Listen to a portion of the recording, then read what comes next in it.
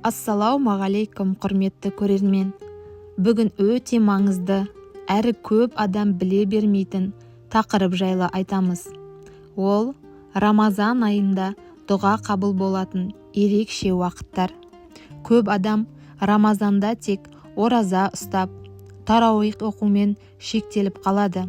Бірақ бұл ай дұғаның есігі айқара ашылатын, тілектер орындалуға ең жақын болатын уақыт. Сондықтан бүгін сіздерге қай уақыттарда дұға қабыл болады, қалай дұға жасау керек, қандай қателіктерден сақтану керек, толық түсіндіріп береміз. Арнаға тіркеліп, лайк басып, комментарий жазып, жақын адамыңызға бөлісе отырыңыз. Соңына дейін тыңдаңыз, бұл сіздің өміріңізді өзгертуі мүмкін.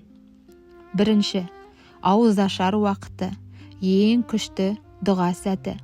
Пайғамбарымыз саллаллаху алейхи уассалам айтқан, ораза ұстаған адамның ауыз ашар кезде жасаған дұғасы қайтарылмайды. Бұл Рамазанның ең керемет сәттерінің бірі. Көп адам осы кезде дастарханға алаңдайды, телефон қарайды, әңгімеге кетеді. Ал дәл сол минуттар дұға қабыл болатын алтын уақыт. Не істеу керек?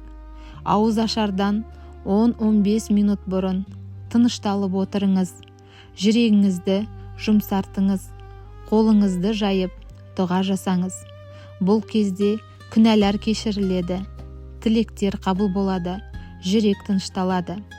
Сондықтан бұл уақытты бос өткізбеңіз. Екінші, сәресі уақыты. Періштелер дұғаға әмин дейді. Түннің соңғы бөлігі дұғаның ең күшті уақыты. Сәресі ішер алдындағы минуттарда Аллах тағала кім менен сұрайды, беремін, кім кешірім тілейді, кешіремін деп шақырады. Бұл ерекше мейірім уақыты. Не сұрау керек?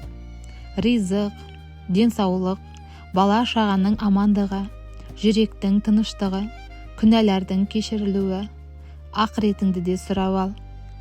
Көп адам сәресіне тек тамақ ішу үшін тұрады. Ал шын мәнінде сәресі дұға үшін ең күшті уақыт. Ораза кезінде күн бойы дұға қабыл болады. Ораза ұстаған адамның жағдайы ерекше. Ол сабырлы, ықыласты, Аллаға жақын күйде болады. Сол себепті ораза кезінде кез келген уақытта жасалған дұға қабыл болуға жақын.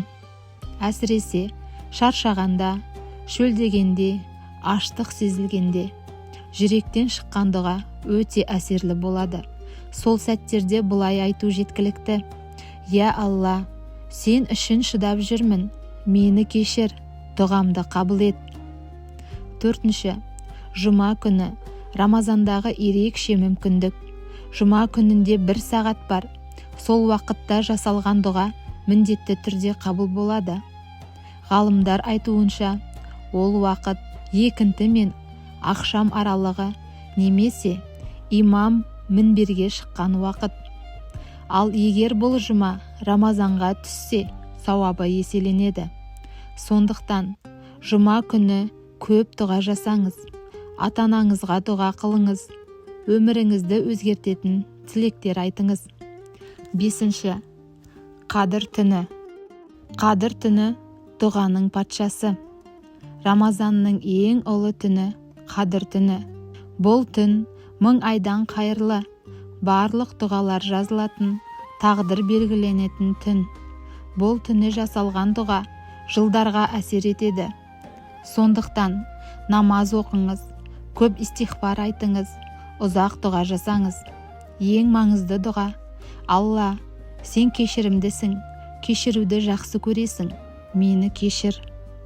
Алтыншы, дұға қабыл болуы үшін 5 шарт. Тек уақытты білу жеткіліксіз. Дұға қабыл болу үшін шын жүрекпен сұрау, асықпай сеніммен айту, харамнан сақтану, көп қайталау, Аллаға толық үміт арту. Ең үлкен қателік: дұға жасадым, қабыл болмады деп күмәндану. Дұға әр қашан қабыл болады. Бірден беріледі, кейін беріледі, немесе жамандықтың алдын алады. Қорытынды: Рамазан тек аш жүру айы емес, бұл дұға қабыл болатын ай. Ең маңызды уақыттар: ауыз ашар сәті, сәресі уақыты, ораза кезіндегі кез келген минуттар, жұма күні, қадір түні. Осы уақыттарды пайдаланып, өміріңізді өзгертетін дұғалар жасаңыз.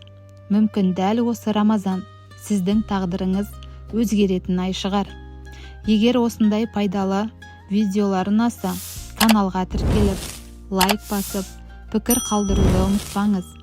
Және де осы видеоны жақындарыңызбен бөлісе отырыңыз.